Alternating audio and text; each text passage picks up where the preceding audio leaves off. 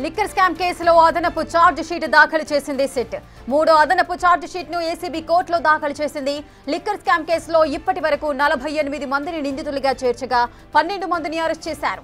ఇదే కేసులో 4గురికి బెయిల్ మంజూరు చేసింది ఏసీబీ కోర్టు. తాజా ఛార్జ్ షీట్ లో చెవిరెడ్డి భాస్కర్ రెడ్డి, వెంకటేష్ నాయుడు, బాలాజీ కుమార్ యాదవ్, నవీన్ పాత్రను పేర్కొంది సిట్.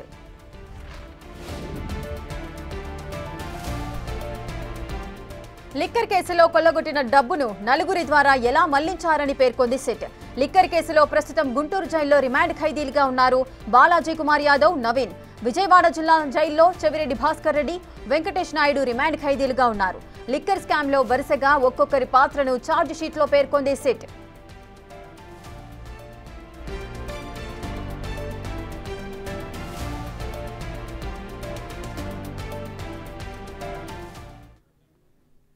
ఇక పూర్తి డీటెయిల్స్ మా ప్రతినిధి శివ లైవ్ లో అందిస్తారు. శివ, లిక్కర్ స్కామ్ కి సంబంధించిన కేసులో అప్డేట్స్ ఏ విధంగా ఉన్నాయి?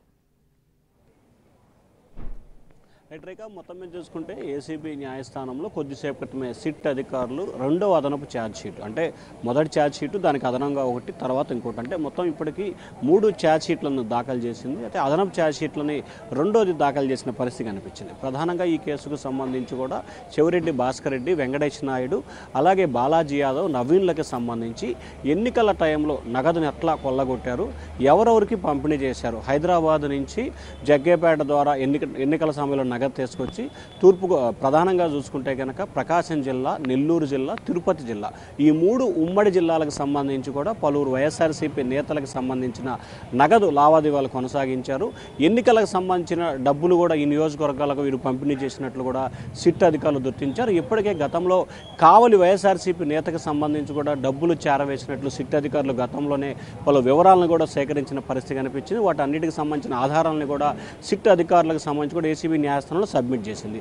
తాజాగా దాదాపుగా చూసుకుంటే కనుక 86 పేజీలతో కూడుకున్న పూర్తి స్థాయి వాల్యూమ్ డాక్యుమెంట్ను కూడా కొద్దిసేపు క్రితమే సిట్ అధికారులకు సంబంధించి ఏసీబీ న్యాయస్థానంలో సబ్మిట్ చేశారు. దాదాపుగా చూసుకుంటే ఈ ఛార్జ్ షీట్లో పలు కీలకమైన అంశాలు, చెవిరెడ్డి భాస్కర్ రెడ్డి లిక్కర్లో సంబంధించి ఏ రకంగా పాత్రధారుగా వ్యవహరించారు, సూత్రధారిగా వ్యవహరించారు, ఆయన వద్ద నుంచి వెంకటేష్ నాయుడికి నగదు ఏ రకంగా ట్రాన్స్ఫర్ అయింది, గుంటూరు జిల్లా తాడేపల్లిలో, హైదరాబాదులో మొత్తం 9 చోట్ల నగదు నిల్వ ఎక్కడెక్కడ చేశారు, ఎక్కడెక్కడ ఎంత నిల్వ చేసి ఎక్కడెక్కడికి నిధులని ట్రాన్స్ఫర్ చేయడం జరిగింది అనే దానికి సంబంధించి 2 బాలాజీ యాదవ్ అలాగే నవీన్లకు సంబంధించి వీరిద్దరు వెంకటేష్ నాయుడు వద్ద నుంచి నగదు సేకరించి ఉమ్మడి జిల్లాలకు సంబంధించి ఏదైతే తిరుపతి, నెల్లూరు, ప్రకాశం ఈ 3 జిల్లాలకు సంబంధించి నగదును ట్రాన్స్ఫర్ చేసిన పరిస్థితి కనిపించింది. ఎవరెవరికి ట్రాన్స్ఫర్ చేశారు, ఎంతెంత ట్రాన్స్ఫర్ చేశారు అనే అంశాలకు సంబంధించి కూడా ఛార్జ్ షీట్లో సుదీర్ఘంగా పేర్కొన్నట్టు తెలుస్తూ ఉంది. ఈ కేసులో ఇప్పటికే 48 మంది నిందితులను సిట్ అధికారులు చేర్చడం జరిగింది. దీంట్లో 12 మంది నిందితులని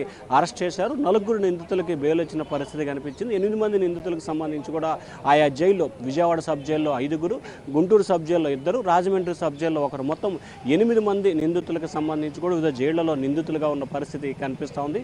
వీరందరికీ సంబంధించి పూర్తి స్థాయిలో కూడా ఇప్పటికి సంబంధించి, అంటే మొదట అందరికీ సంబంధించి ఎవరెవరి పాత్ర ఉందనేది మొదటి ఛార్జ్ షీట్లో, రెండో దానికి సంబంధించి కృష్ణమోహన్ రెడ్డి, బాలాజీ గోవిందప్ప, ధనుంజయ రెడ్డికి సంబంధించి ఏ రకమైన పాత్ర ఉంది ఛార్జ్ షీట్, మూడో అదనపు ఛార్జ్ షీట్, అంటే రెండో అదనపు ఛార్జ్ షీటు, మూడో ఛార్జ్ షీట్కి సంబంధించి కూడా వెంకటేష్ నాయుడు అలాగే బాలాజీ యాదవ్, నవీన్, చెవిరెడ్డి భాస్కర్ రెడ్డికి సంబంధించి కూడా పూర్తి స్థాయిలో వీరి పాత్రకు సంబంధించి కూడా ఛార్జ్ షీట్లో పేర్కొనడం జరిగింది. రేఖ, శివ, అయితే ఒక్కొక్కరి పాత్ర ఏ విధంగా ఉంది అనేది లిక్కర్ స్కామ్ కి సంబంధించి ఛార్జ్ షీట్ లో పేర్కొనడం అయితే జరిగింది. నెక్స్ట్ ప్లాన్ ఏంటి, ఏం జరగబోతోంది ఈ కేసులో?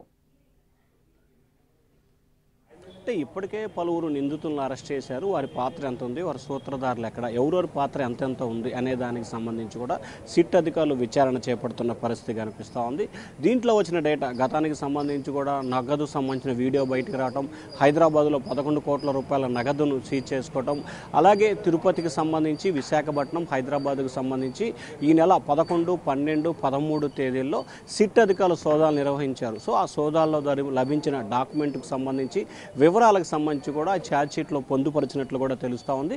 తదుపరి ఇంకా ఎవరెవరు పాత్రదారులు ఉన్నారు, ఎవరెవరు సూత్రధారులు ఉన్నారు అంటే దాదాపుగా 5 నెలల కాలంగా సిట్ అధికారులు విచారణ చేసి 12 మందిని అరెస్ట్ చేసినప్పటికీ ప్రధానమైన వ్యక్తి ఎవరు, అంతిమంగా నగదు ఎక్కడికి చేరింది, ఎవరికి చేరింది అనే దానికి సంబంధించి ఇంకా అధికారులు అయితే విచారణ చేపడుతున్న పరిస్థితి కనిపిస్తూ ఉంది. ఒక్కొక్కరికి నోటీసులు ఇవ్వడం, విచారణ చేపట్టడం, ఆ తర్వాత అరెస్ట్ చేయడం తదితర పరిణామాలు కొనసాగుతున్నాయి. మరొక వైపు ఈ కేసుకు సంబంధించి కూడా మాజీ ఎక్సైజ్ శాఖ మంత్రి నారాయణ స్వామి పాత్రపై కూడా సిట్ అధికారులు ఆయన ఫోన్ను కూడా FSL ల్యాబ్కు పంపారు. ఆ రిపోర్ట్ వచ్చిన తర్వాత ఆయనకి ఇప్పటికే 2 సార్లు ఆయన విచారించిన పరిస్థితి కనిపించింది. ఆ రిపోర్ట్ వచ్చిన తర్వాత ఆయన్ని కూడా అరెస్ట్ చేసే అవకాశాలు కనిపిస్తూ ఉన్నాయి. Rekha. Right. Thank you Shiva. Thanks for the live details.